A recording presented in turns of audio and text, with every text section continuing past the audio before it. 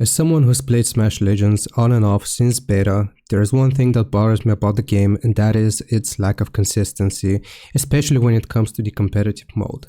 Before we begin, I wanna say that I'm not hating on Smash Legends. This is my opinion about the game, which was once my favorite, and also the game that I want to love again. I'm a super competitive person, and you probably also are if you enjoy the game.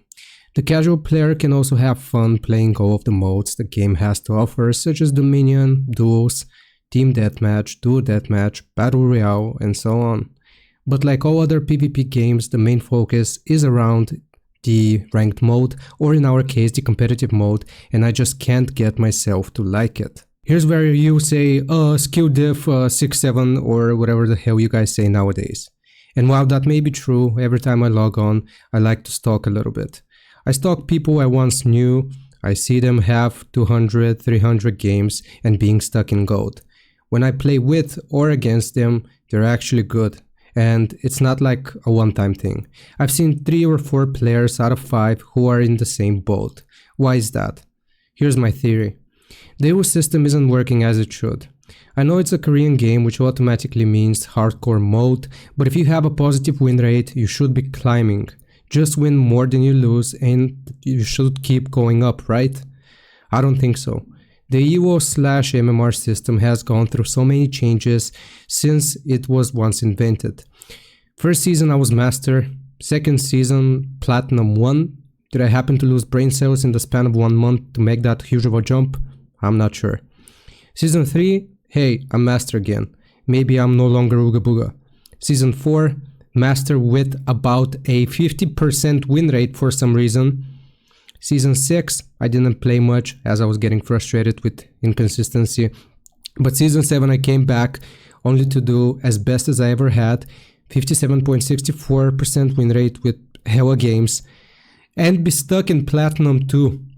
Season 8, negative win rate, Master tier.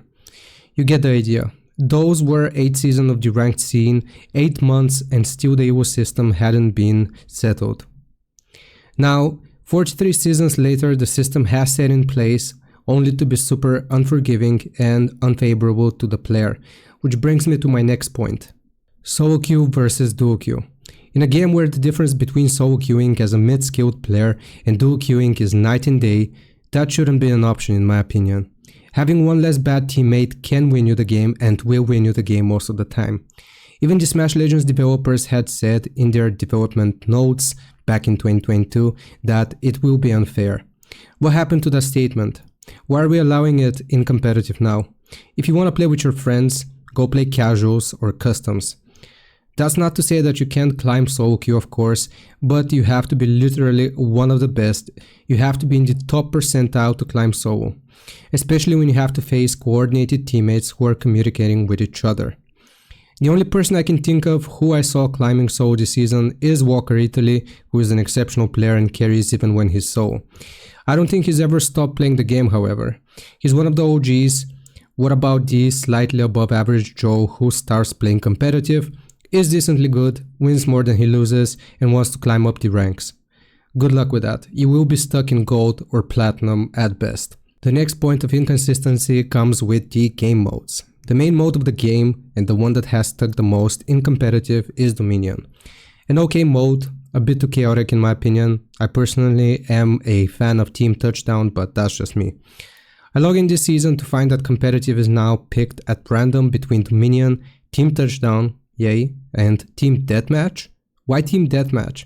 There comes a big point about the enhancements and how some are not fair in certain modes, especially in Team Deathmatch, but that's an issue for another time. One season, Dominion is the competitive mode, another, Team Touchdown. Now, add randomness to the element. It's good that 5-minute laps are experimenting, but you'd think there'd be consistency at this point. My last point is about the incentive to play ranked.